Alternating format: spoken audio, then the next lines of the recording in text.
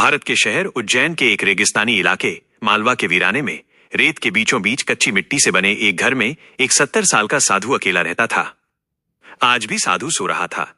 रात का वक्त था और रात गहरी हो चुकी थी कि अचानक दरवाजे पर दस्तक हुई। साधु की आंख खुल गई। उसने अपने आप से कहा, इस वक्त मेरे घर पर कौन हो सकता है? इस वीराने में तो आज तक कोई नहीं आया। लेकिन फिर दरवाजा जोर जोर से बजने लगा। साधु अपने बिस्तर से उठा और जैसे ही उसने दरवाजा खोला, बाहर का मंजर देखकर दंग रह गया।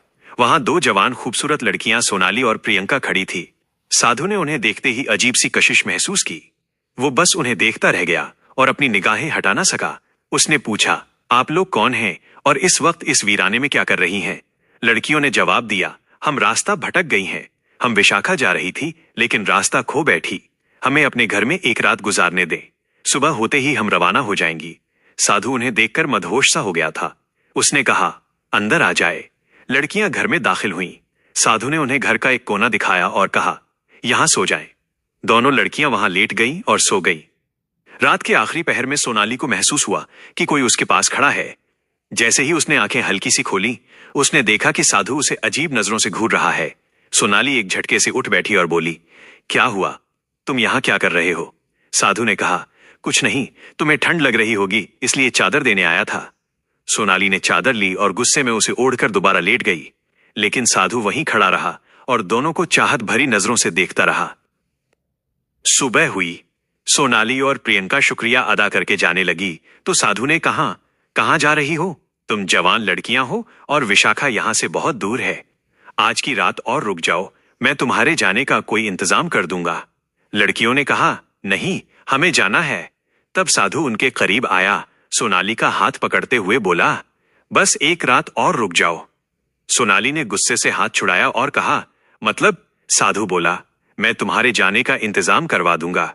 लेकिन साधु वो अब भी उन्हें अजीब नजरों से देख रहा था, जैसे उसके दिल में कोई चाल चल रही हो। लड़कियां उसकी बातों में आ गईं और एक रात और रुकने पर राजी हो गई। सारा दिन साधु उनसे नरमी और मोहब्बत से बातें करता रहा और उन्हें उसी तरह देखता रहा जैसे वो उनके करीब आना चाहता हो। रात हुई। लड़कियां कोने में अपने बिस्तर पर लेट गईं। साधु भी अपने बिस्तर पर लेट गया। रात के आखिरी पहर जब सन्नाटा गहरा रहा था, साधु चुपके से उठा और धीमे कदमों से लड़कियों की तरफ बढ़ा। वो काफी देर तक उन्हें देखता रहा। फिर वो प्रियंका के पास जाकर बैठ गया, जो बहुत खूबसूरत थी। उसने नरमी से उसके माथे पर हाथ फेरना शुरू किया। अचानक प्रियंका की आंख खुली और वो हड़बड़ा कर उठ बैठी। उसने गुस्से में पूछा, क्या हुआ? तुम यहां क्या कर रहे हो? साधु उसकी आंखों में देखता रहा, जैसे किसी ख्वाब में हो, और बोला, मैं तकिया देने आया था। तुम बिना सराहने लेटी हो, तुम्हारी गर्दन में दर्द हो जाएगा। प्रियंका ने तकिया लिया, नाराजगी से मुंह फेरा और कहा, जाओ यहां से। साधु अपने बिस्तर पर लौट गया। रात को वो अपने आप से बातें करने लगा। सुबह ये लड़कियां चली जाएंगी, आज मेरा आखिरी मौका था, लेकिन वो भी चला गया। फिर उसने खुद से कहा, नहीं, मैं उन्हें यूं ही नहीं जाने दूंगा, कोई ना कोई जुगाड़ लगाना होगा। इन्हीं सोचों में डूबा साधु आखिरकार सो गया। सुबह होते ही साधु लड़कियों से बोला, तुम्हें एक रात और रुकना होगा। लड़कियों ने गुस्से से उसकी तरफ देखा और कहा, क्यों, क्या बात है? सब ठीक तो है? साधु ने नरम आवाज में कहा, अभी तुम्हारे जाने का कोई इंतजाम नहीं हो पाया। उम्मीद है कल एक काफिला यहां से विशाखा की तरफ जाएगा। लड़कियों ने जब काफिला सुना तो उन्हें कुछ सहारा हुआ। उन्होंने एक दूसरे को देखकर कहा, चलो कल काफिले के साथ निकल जाएंगे, आज की रात और रुकते हैं। साधु ये सुनकर दिल ही दिल में बहुत खुश हुआ। उसने सोचा, एक रात और मिल गई। सारा दिन वो उन्हें दूर से बैठकर देखता रहा। उसकी निगाहें अब और भी गहरी हो चुकी थी। रात ढली। लड़कियां अपने बिस्तर पर लेट गईं। साधु भी अपने बिस्तर पर लेट गया, मगर उसका दिल बेकरार था। वो लेटा रहा, लेकिन उसकी आंखें छत की बजाय कोने में सोई हुई लड़कियों को घूर रही थी। उसकी सांसें तेज थी और दिल में अजीब सी हलचल थी। धीरे धीरे वो बिस्तर से उठा, चुपके से उनके पास गया और उन्हें ऊपर से नीचे तक गौर से देखने लगा। पहले वो सोनाली के पास बैठा और उसके बालों को नरमी से सहलाने लगा। अचानक सोनाली हल्की सी हिली। साधु को लगा कि कहीं वो जाग न जाए। वो डर के मारे उठकर प्रियंका के पास चला गया। अब उसने प्रियंका का हाथ अपने हाथों में ले लिया और उसके चेहरे को देर तक देखता रहा। उसकी आंखों में अब सिर्फ तमन्ना नहीं, कोई पुरानी प्यास जाग उठी थी। अचानक प्रियंका की आंख खुल गई और वो चीख पड़ी। साधु ने झट से उसके मुंह पर हाथ रख दिया ताकि आवाज बाहर न निकले। फिर वो हड़बड़ाता हुआ अपने बिस्तर पर लौट गया और ऐसे लेट गया जैसे कुछ हुआ ही ना हो। प्रियंका सारी रात सोचती रही, ये साधु मेरे पास क्यों आया? यह क्या करने की कोशिश कर रहा था? इसके इरादे ठीक नहीं लगते। वो डर के मारे कांपती रही और सोचते सचते आखिरकार सो गई। सुबह हुई। सोनाली और प्रियंका उठी और साधु के पास आई। उन्होंने कहा, काफिला आ गया है, अब हमें इजाजत दो। साधु कुछ देर उनकी आंखों में देखता रहा, फिर बोला, काफिला तो अभी तक नहीं आया। लड़कियां चौंक गईं, मगर तुमने तो कहा था कि काफिला आज आ जाएगा। साधु ने थकी हुई आवाज में कहा, हां आना था, शायद शाम तक आ जाए। लड़कियों ने आपस में देखा और कहा, ठीक है, हम शाम तक इंतजार कर लेते हैं। साधु ने बस सर हिलाया और कुछ न बोला। वो घर के आंगन में बैठा था और दूर से लड़कियों को अजीब नजरों से देख रहा था। सोनाली ने प्रियंका से कहा, इसकी निगाहें मुझे ठीक नहीं लगती। प्रियंका ने सर हिलाया, हां तुम ठीक कह रही हो, हमें जल्दी से यहां से निकल जाना चाहिए। हम जवान लड़कियां हैं और इसके दिल में न जाने क्या चल रहा है। सोनाली बोली, हां ये रात को मेरे पास आया था और मुझे छूने की कोशिश कर रहा था। प्रियंका ने कहा, इसने मेरे साथ भी वही किया। आज हमें किसी भी हालत में रात नहीं रुकना चाहिए। शाम को काफिला आए या ना आए, हमें निकल जाना है। साधु अब भी दूर से उन्हें देख रहा था, जैसे कोई शिकारी अपने शिकार पर नजर रखता हो। शाम हुई। उससे पहले कि लड़कियां उसके पास आती, साधु खुद उनके पास आ गया और उसने कहा, देखो मुझे लगता है कि काफिला अब सुबह तक आएगा। उनके पास सामान बहुत होता है, इसलिए धीरे धीरे चलते हैं। आज की रात और रुको। लड़कियां अब झुंझुला गईं। सोनाली ने तेजी से कहा, हम अब और नहीं रुक सकते, चाहे काफिला आए या ना आए, हम अभी यहां से निकल रही हैं, हमें मत रोको। साधु और करीब आया और बोला, थोड़ी ही देर में रात हो जाएगी। तुम जवान लड़कियां हो, इस रेगिस्तान में रात को कहां जाओगी? यहां जानवर भी घूमते हैं, अगर कोई नुकसान पहुंचा तो? साधु के मन में फिक्र कम और चाल ज्यादा थी। लड़कियों को अब यकीन हो गया कि यह सब कोई नई चाल है, मगर उन्होंने एक दूसरे को देखकर कहा, हमारे पास और कोई चारा नहीं, एक रात की तो बात है, रुक जाते हैं। उन्होंने सख्ती से साधु से कहा, ठीक है, मगर ये आखिरी रात है, कल सुबह चाहे काफिला आए या ना आए, हम निकल जाएंगे। साधु ने मुस्कुराते हुए कहा, ठीक है, लेकिन उसकी मुस्कान में कुछ और ही छुपा था। रात हुई। लड़कियां, जो अब साधु की हर हरकत पर नजर रखे हुए थीं, कोने में लेटी रही, मगर उनकी आंखें खुली थीं। वे डर और शक में डूबी हुई थी। आपस में धीमी आवाज में बात कर रही थी। सोनाली ने कहा, उम्मीद है आज की रात जल्दी गुजर जाए। प्रियंका ने जवाब दिया, हाँ, बस आंखें बंद करके लेटे रहो, जैसे हम सो गई हों। साधु अपने बिस्तर पर लेटा था, मगर उसकी एक आंख खुली थी। वो बार बार लड़कियों की तरफ देख रहा था कि वे वाकई सो गई हैं। जब उसे लगा कि लड़कियां अब हिल नहीं रही हैं, उसने आंखें बंद की, लेकिन उसका दिल अभी भी करवटें ले रहा था। थोड़ी देर बाद जब उसे यकीन हो गया कि लड़कियां सो चुकी हैं, वो धीरे से उठा और उनकी तरफ चल पड़ा। वो काफी देर तक चुपचाप उनके पास खड़ा रहा, जैसे उनके हाव भाव पड़ रहा हो। फिर वो सोनाली के पांव के पास बैठ गया और धीरे धीरे उसके पांव सहलाने लगा। तभी सोनाली की आंख हल्की सी खुल गई। साधु को एहसास हुआ तो वो तुरंत पीछे हट गया। अब वो प्रियंका के पास गया और उसके माथे को सहलाने लगा। अचानक प्रियंका की आंख खुल गई। उसने घबराकर करवट ली और मुंह नीचे कर लिया। वो कुछ नहीं बोली, मगर उसकी हरकत ने बता दिया कि वो जाग चुकी थी। साधु चुपचाप उठकर अपने बिस्तर पर लौट गया। उसकी धड़कनों में घबराहट थी, मगर चेहरे पर कोई पशेमानी नहीं थी। सुबह हुई। सोनाली और प्रियंका उठी और सीधा साधु के पास गई। उन्होंने तीखी आवाज में पूछा, हाँ, आया क्या तुम्हारा काफिला या अब कोई नया बहाना है? साधु कुछ देर खामोश रहा, फिर बोला, काफिला तो नहीं आया, लड़कियों को अब गुस्सा आ गया था। हमें तो पहले ही पता था कि कोई काफिला नहीं आने वाला। तुम हमें किसी और मकसद के लिए रोक रहे हो, हमें सब समझ आ चुका है। अब हम एक पल भी यहां नहीं रुकेंगे। सोनाली ने प्रियंका का हाथ पकड़ा और कहा, चलो यहां से चलते हैं। जैसे ही वह झोपड़ी से बाहर निकलने लगी, साधु अचानक उनके सामने आकर खड़ा हो गया और रास्ता रोकते हुए बोला, तुम यहां से नहीं जा सकती। लड़कियों ने कहा, रास्ते से हट जाओ वरना हम जोर से चीखेंगी। साधु ने धीरे से कहा, तुम्हारी आवाज यहां सुनने वाला कोई नहीं है। सोनाली ने कहा, तुम क्या चाहते हो? हमें क्यों रोक रहे हो? तुम हमारे बाप की उम्र के हो, कोई तो शर्म करो, कोई तो लिहाज करो। साधु ने गंभीर आवाज में कहा, जैसा तुम्हें दिख रहा है वैसा नहीं है। तुम जिस शख्स की तलाश में विशाखा जा रही हो, क्या पता वो यहीं कहीं हो। लड़कियों ने गुस्से से कहा, हमें यहां एक पल भी नहीं रुकना। लेकिन तुम्हें ये कैसे मालूम कि हम विशाखा में किसी को ढूंढने जा रही हैं?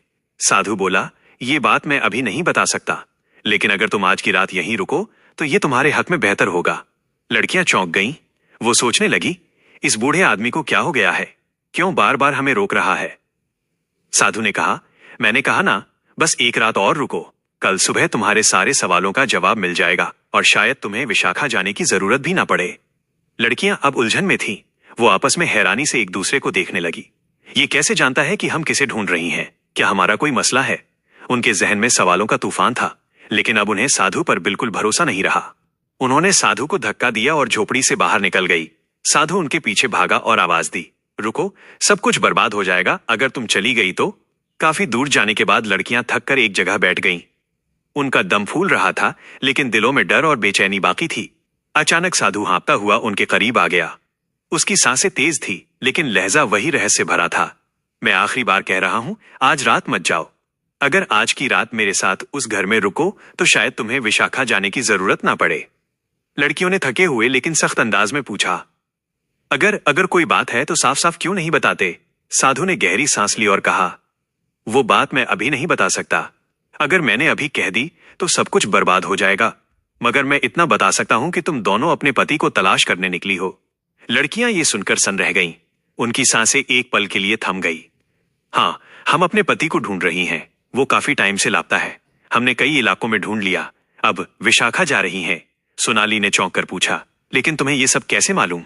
साधु ने जवाब दिया, मुझे सब मालूम है, मगर तुम्हें मेरे साथ एक रात गुजारनी होगी, तभी मैं तुम्हारे सारे सवालों का जवाब दे सकूंगा। लड़कियां इस अजीब शर्त को सुनकर घबरा गई। उन्होंने एक दूसरे की तरफ देखा। डर, शक और उलझन उनकी आंखों में साफ नजर आ रही थी। ये फिर कोई नई चाल है क्या? वो सोचने लगी, अब ये रात में हमारे साथ क्या करने वाला है? साधु वहीं खड़ा गंभीर और ठहराव से भरा हुआ उन्हें देख रहा था। कुछ देर सोचने के बाद सोनाली बोली, ठीक है, चलो एक रात और रुकते हैं। प्रियंका ने हामी भरी। हाँ, मगर ये आखिरी रात होगी। इसके बाद अगर कोई बात हुई तो हम और कुछ नहीं सुनेंगे। साधु ने कहा, ठीक है। साधु का चेहरा खुशी से खिल उठा। उसकी आंखों में चमक थी जैसे कोई मंजिल करीब आ रही हो। लड़कियां और साधु वापस घर की तरफ चल पड़े।